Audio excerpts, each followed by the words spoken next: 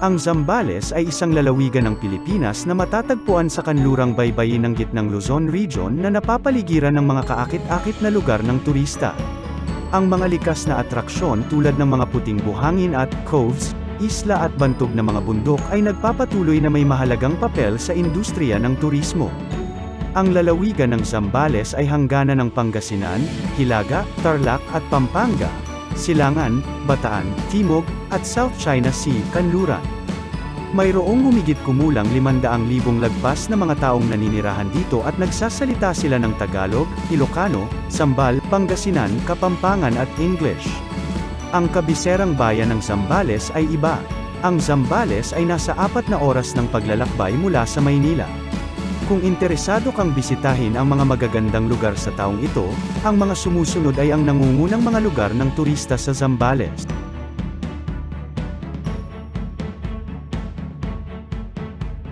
Number 1. Ang Mount Pinatubo. Ang Mount Pinatubo ay isa sa pinakatanyag na mga resort sa turista sa Zambales. Ang pagsabog noong Hunyo taong 1971 ay minarkahan ang ika-20 siglo na labis na napinsala ang kapaligiran. Ito ay isa sa mga pinaka-nakakapinsalang pagsabog ng bulkan ng siglo. Ang pagsabog ay nagpababa din ng temperatura sa buong mundo at nakatulong maubos ang ozone. Mayroon na ngayong mga kagiliw-giliw na tanawin ng lava, at ang sentro ng kaakit-akit ay ang magandang Crater Lake, nilikha pagkatapos ng pagsabog ng bulkan, na binabago ang tubig na berde, asol o asul depende sa panahon at temperatura. Ginagawa nitong pinakapopular na patutunguhan sa paglalakbay sa Zambales, ngunit mahigpit na ipinagbabawal ang paglangoy sa lawa. Number 2. Potipot Island.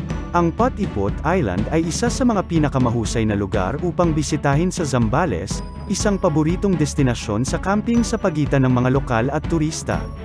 It is a small island with gradually sloping fine and creamy white sand beach and crystal clear waters.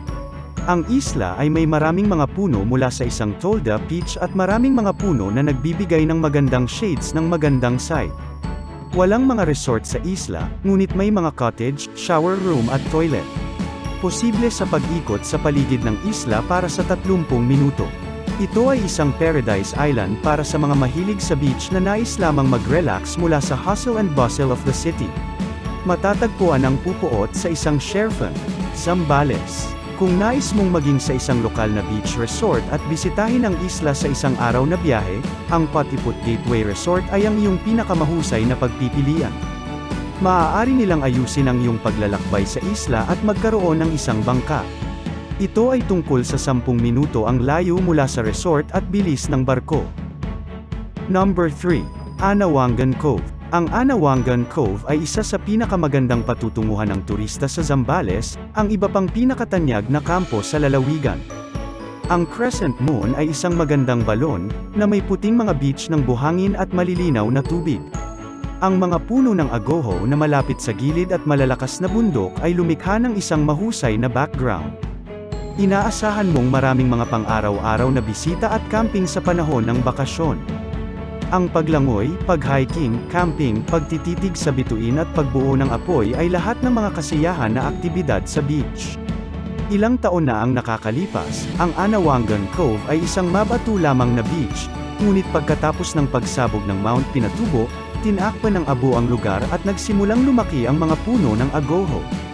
Isa lamang ito sa mga pinakatanyag na tumetalon na isla, beach sa Coit Province 3, ang dalawa pa ay ang Capones Island at Nag-Asa Bay. Matatagpuan ito sa Anawangan Cove, Pundaquit, San Antonio, Zambales. Ang bay ay 20 hanggang 30 minutong biyahe lamang sa bangka mula sa Pundaquit Beach, ang pinakatanyag na bay at isla ng lungsod. Number 4. Capones Island. Ang Capones Island ay isa sa pinakatanyag na atraksyong panturista sa Zambales, isang maliit na isla na nailalarawan ng matarik na mga bangin at mga formasyon ng bato na napapaligiran ng mga puting mabuhanging beach at maraming mabuhanging baybayin. Ang isla na ito ay isa sa mga site ng Isla Beach Dump sa Zambales kasama ang Camara Island, na konektado sa pamamagitan ng sand strip mula sa Capones Island, Anawangan Cove at Nagsasa Cove. Ang islang ito ay higit pa sa isang lakad papunta sa mga harbor. Ang paglangoy, snorkeling at diving ay nakakatuwang bagay dito, dalhin mo lang ang iyong kagamitan. Ang pangunahing atraksyon ng isla ay ang Far Capones, na matatagpuan sa isang burol 15 minuto mula sa beach. Nagbibigay ng magandang tanawin ng asul na dagat, ang puting mabuhanging beach at ang mga kalapit na bundok. Ayon sa mga bisita, ito ay tulad ng mini Batanes. Number 5. Nagsasa Cove. Ang Nagsasa Cove ay ang pangalawang pinakatanyag na pantalan sa Zambales, at ang pinakalayong patutunguhan sa beach isla sa San Antonio. Bagaman katulad sa Anawangan Cove, ang Nagsasa Cove ay may isang mas malawak na baybayin, mas maraming mga villa at mas kaunting mga tao. Mayroon itong isang mabuhanging kulay abong beach, malilinaw na tubig at ang dalampasigan nito ay may linya ng mga puno ng agoho.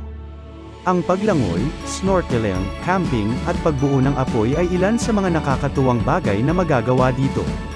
Bilang karagdagan, mayroong isang lugar ng diving ng bato sa beach at lugar ng pagtingin sa tuktok ng burol na nag-aalok ng isang pagtingin sa mga panganang asul na dagat, ang puting baybayin at mga bundok. Nagsasa Cove is located in San Antonio, Zambales.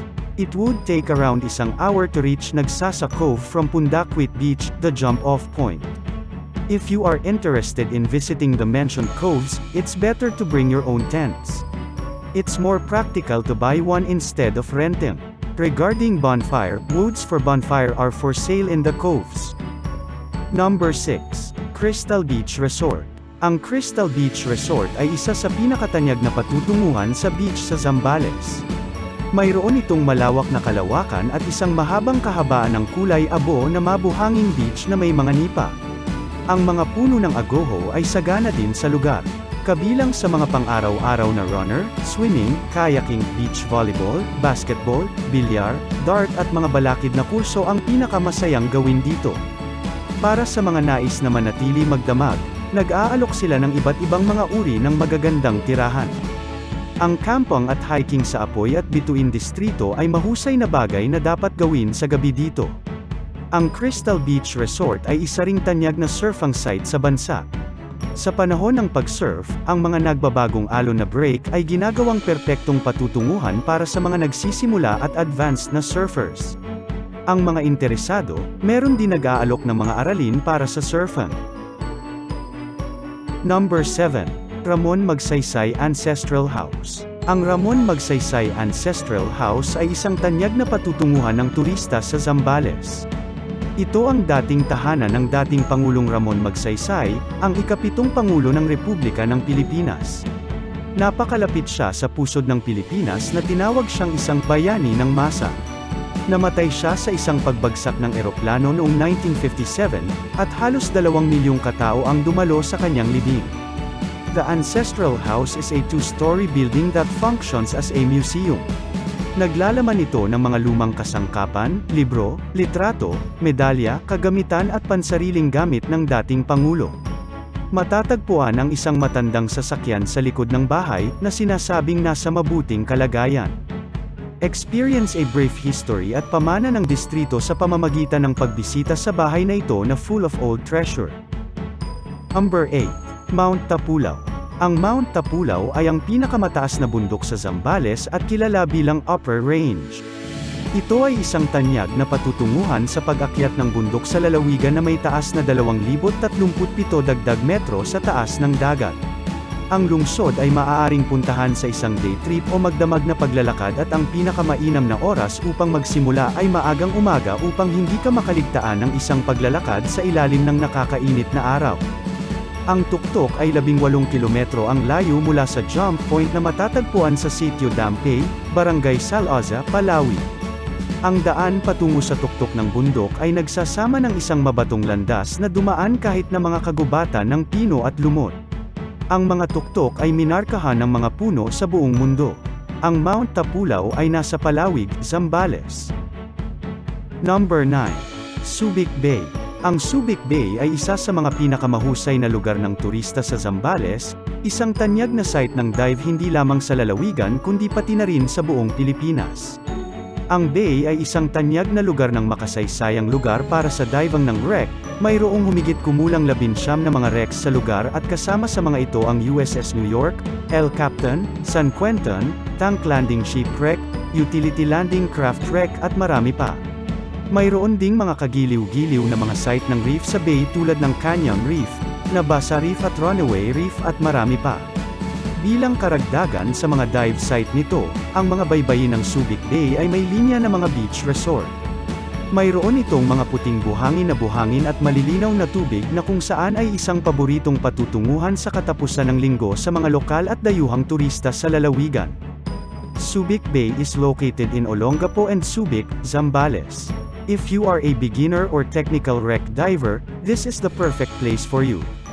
Blue Rock Resort and Dive Center and Camayan Beach Resort offers best dive experiences in Subic Bay. Number 10. Inflatable Island. Ang Inflatable Island ay ang pinakabago, pinakakapanapanabik at pinakamakulay na atraksyon ng turista sa Zambales. Ito ang pinakamalaking lumulutang na palaruan sa Asia at ang una sa Pilipinas. Iyon ay 3,400 square meter ng inflatable fun, ang laki ng 8 basketball court na pinagsama. Ang palaruan ay may higanting ugoy at mga slide ng Tarzan, isang trampoline, isang pitchel ng tao, mga jungle bar at marami pa. Mayroon ding iba't ibang mga float sa baybayin, tulad ng mga unicorn, dragon, shell at marami pa. Ang isang Bali-inspired lounge sa mag-atas na kulay abo na buhangin na baybayin ay napaka-komportable at makulay, na kung saan ay isang magandang lugar upang mamahinga. Sa pangkalahatan nito ang pinakamahusay na lugar upang magsaya kasama ang iyong pamilya o isang pangkat ng mga kaibigan. Inflatable Island is located in Olongapo City, Zambales. Lakbay Pinas is a Filipino nature lover who wants to put all tourist spots in the Philippines in social media like YouTube and Facebook. Keep sharing the videos to reach more tourists out there. If you like this kind of videos, please subscribe, like, and hit the notification bell to receive newly uploaded videos. Thank you for watching, keep safe and have a good day.